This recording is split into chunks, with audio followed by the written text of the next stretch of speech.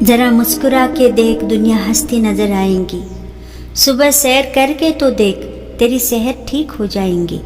व्यसन छोड़ कर तो देख, तेरी इज्जत बन जाएंगी।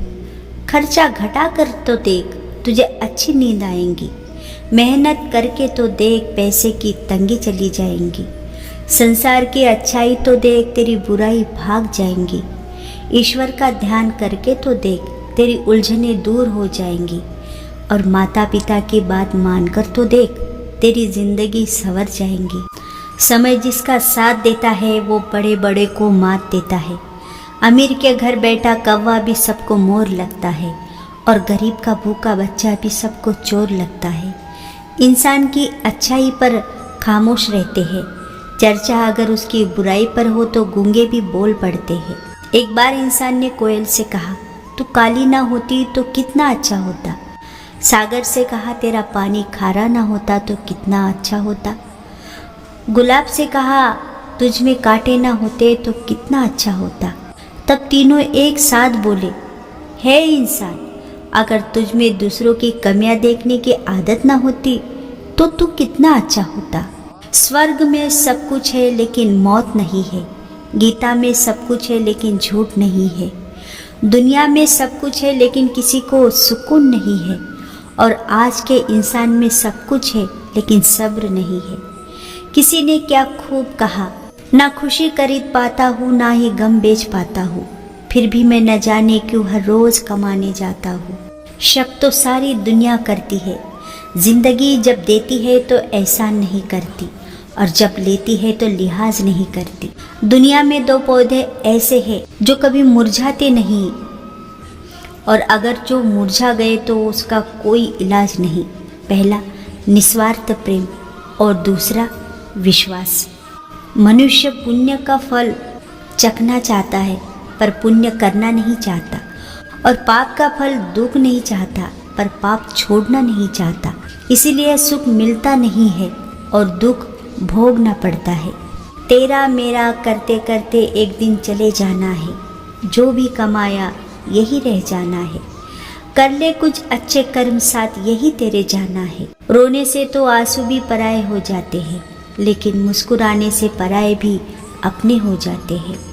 मुझे वो रिश्ते पसंद है जिसमें मैं नहीं हम हो। इंसानियत दिल में होती है, हैसियत में नहीं। ऊपर वाला कर्म देखता है, वसीयत नहीं। श्री कृष्ण से जीवन भर कुछ न कुछ छूटता ही रहा। नहीं छूटा तो वो देवत्व, मुस्कान और सकारात्मकता।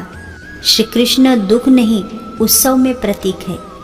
सब कुछ छूटने पर भी कैसे खुश रहा जा सकता है, यह श्री कृष्ण से अच्छा कोई नहीं सिखा सकता। इसलिए हमेशा खुश रहे, सदा मुस्कुराते रहे। दुनिया पर किया गया भरोसा तो टूट सकता है, लेकिन दुनिया के मालिक पर किया गया भरोसा कभी नहीं टूटता है। भरोसा भगवान पर रखो, लोगों पर नहीं, क्योंकि लोग धोखा देते हैं, भगवान नहीं। दुनिया में खुश रहने का उपाय जानना चाहोगे? दुनिया में ऐसा एक भी चेहरा नहीं है जो मुस्कुराने के बाद सुंदर न लगे। कामयाब लोग खुश रहे या ना रहे, लेकिन खुश रहने वाले लोग कामयाब ज़रूर होते हैं। इसलिए खुश रहे। खुश नसीब वो नहीं जिसका नसीब अच्छा है, खुश नसीब वो है जो अपने नसीब से खुश है।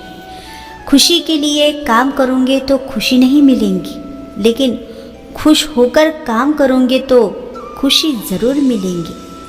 प्रसन्न चित्त बनने से स्वयं प्रश्न समाप्त हो जाते हैं। दूसरों को खुशी देना सबसे पुण्य का काम है। खुशी से बढ़कर कोई खुराक नहीं, यह सच्चाई है दोस्तों, कोई मजाक नहीं। सब रोगों की एक दवाई, हंसते रहो मेरे भाई। एक बात ज़रूर याद रखना, भक्ति हाथ पैरों से नहीं होती, वरना विकलांग कभी नहीं कर पाते। भक्ति ना ही आंखों से होती है, वरना सूरदास जी नहीं कर पाते। ना ही भक्ति बोलने सुनने से होती है, वरना गूंगे और बहरे कभी नहीं कर पाते। भक्ति केवल भाव से होती है, एक एहसास है। भक्ति जो हृदय से होकर विचारों में आती है, और हमारा प्रेम परमात्मा से जुड़कर रिश्तों में बदल जाता है। भक्ति भाव का सच्चा सागर है। रहता हूँ किराए की काया में, रोज सांसों को बेचकर किराया चुकाता हूँ। मेरी औकात है बस मिट्टी जितनी, बाद में महल मीनारों की कर जाता हूँ। जल जाएंगी ये मेरी काया एक दिन, फिर भी इसकी खूबसूरती पर इतराता हूँ।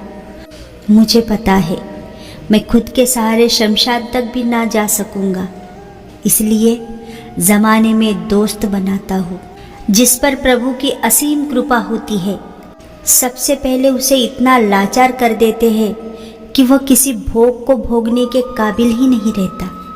दूसरी कृपा उसे सगे संबंधियों, मित्र पड़ोस सबसे दूर और अकेला कर देता है। तीसरी कृपा इतना अथाह दुख देता है कि उसे सिर्फ एक भरोसा रह जाता है, उस परमात्मा का। यही से शुरू होता है चमत्कार। तीनों लोकों में उसकी कोई बराबरी नहीं कर सकता जिस पर प्रभु की कृपा हो जाए। इसी पर एक बहुत ही सुंदर कहानी सुनाती हूँ। कहानी का नाम है भगवान की बड़ी कृपा होगी। एक राजा था, उसका मंत्री भगवान का भक्त था। कोई भी बात होती तो वह यह कहता कि भगवान की बड़ी कृपा होगी। एक दिन राजा के बेटे की मृत्यु हो गई। मृत्यु का समाचार सुनते ही मंत्री बोल उठा, भगवान की बड़ी कृपा हो गई। यह बात राजा को बुरी लगी, पर वह चुप रहा। कुछ दिनों के बाद राजा की पत्नी की भी मृत्यु हो गई।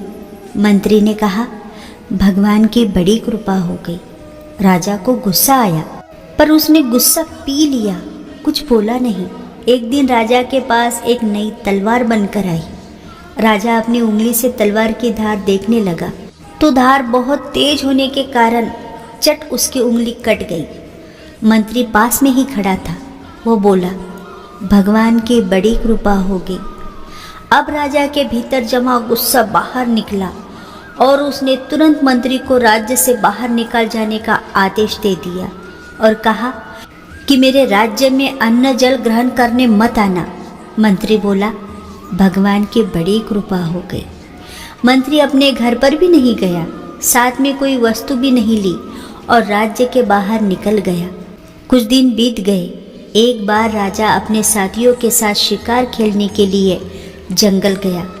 जंगल में एक सुअर का पीछा करते करते राजा बहुत दूर घने जंगल में निकल गया।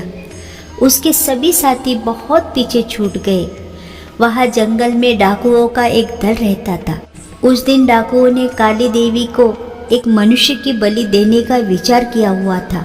संयोग से डाकुओं ने राजा को देख लिया। उन्होंने राजा को पकड़कर बांध दिया। अब उन्होंने बलि देने की तैयारी शुरू कर दी। जब पूरी तैयारी हो गई तब डाकुओं के पुरोहित ने राजा से पूछा, तुम्हारा बेटा जीवित है? राजा बोला, नहीं, मर गया। पुरोहित ने कहा कि इसका तो हृदय जला हुआ है। पुरोहित ने फिर पूछा, तुम्हारी पत्नी जीवित है? राजा बोला, वह भी मर चुकी है। पुरोहित ने कहा कि यह तो आधा अंग का है, अंततः यह बलि योग्य नहीं है, परंतु हो सकता है कि यह मरने के भय से झूठ बोल रहा हो। पुरोहित ने राजा के शरीर की जांच की तो देखा कि उसकी उंगली कटी हुई है। पुरोहित बोला, अरे ये तो अंगभंग है, बलि के योग्य नहीं है, छोड़ दो इसको। डाकुओं ने राजा को छोड़ दिया। राजा अपने घर लौट आया। लौटते ही उसने अपने आदमियों को आज्ञा दी कि हमारा मंत्री जहाँ भी हो उसको तुरंत ढूंढकर हमारे पास लाओ। जब तक मंत्री वापस नहीं आएगा तब तक मैं अन्न ग्रहण नहीं करूँगा। राजा के आदमियों ने मंत्री को ढूंढ लिया और उसने तुरंत राजा के पास वापस चलने की प्रार्थना की। मंत्री ने कहा, भगवान की बड़ी कृपा हो गई। मंत्री राजा के सामने उपस्थित हो गया। राजा ने बड़े आदर पूर्वक मंत्री को बैठाया और अपनी भूल पर पश्चाताप करते हुए जंगल वाली घटना सुनाकर कहा कि पहले मैं तुम्हारी बात को समझा नहीं, अब समझ में आया कि भगवान की मेरी पर कितनी कृपा थी। भगवान की कृपा से अगर मेरी उंगली न कटती तो उस दिन मेरा गला कट जाता, परंतु जब मैंने तुम्हें राज्य से निकाल दिया तब तुमने कहा कि भगवान की बड़ी कृपा हो गई। तो वह कृपा क्या थी, यह अभी मेरी समझ में नहीं आया। मंत्री बोला, महाराज, जब आप शिकार करने गए तब मैं भी आपके साथ जंगल में जाता, आपके साथ मैं भी जंगल में बहुत दूर तक निकल जाता, क्योंकि मेरा घोड़ा आपके घोड़े से कम तेज नहीं है। डाकू लोग आपके साथ मेरे को भी पकड़ लेते, आपकी उंगली कटी होने के कारण बच गए, पर मेरा तो उस दिन गला कट ही जाता। इसलिए भगवान की कृपा से मैं आपके साथ नहीं था, राज्य से बाहर था, अंततः मरने से बच गया। अब मैं पुनः अपनी जगह वापस आ गया हूँ, यह भगवान की कृपा ही तो है। तो प्रेम से बोलिए जय श्री कृष्णा, जय श्री कृष्णा, राधे राधे, राधे राधे।